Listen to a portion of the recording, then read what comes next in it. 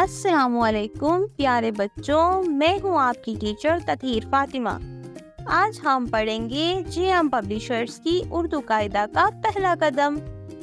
پیارے بچوں، آج کا ہمارا سبق ہے کاف۔ آج ہم کیا پڑھنے والے ہیں؟ کاف۔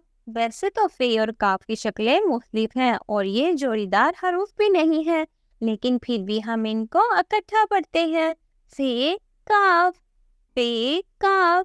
کاف کی یہ پہچان ہے کہ اس کے اوپر دو نقطے ہوتے ہیں، اور کاف کی کیا آواز ہوتی ہے؟ کاف کی آواز ہے کاف کا، کاف کا۔ پیارے بچوں، اب آپ اپنی کتاب کا صفحہ نمبر 36 دیکھیے۔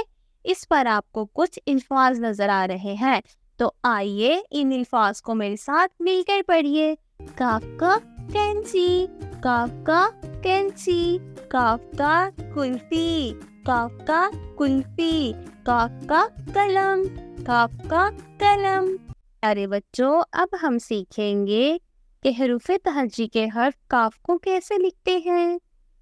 گھر پر یا کلاس روم میں کلاس ٹیچر کی مدد سے ایک سینٹرے لے اور سینٹرے پر کاف کی ٹریسنگ سیکھتے ہیں۔ بچہ پینسل سے ایک چھوٹا سا گول دائرہ بنائے۔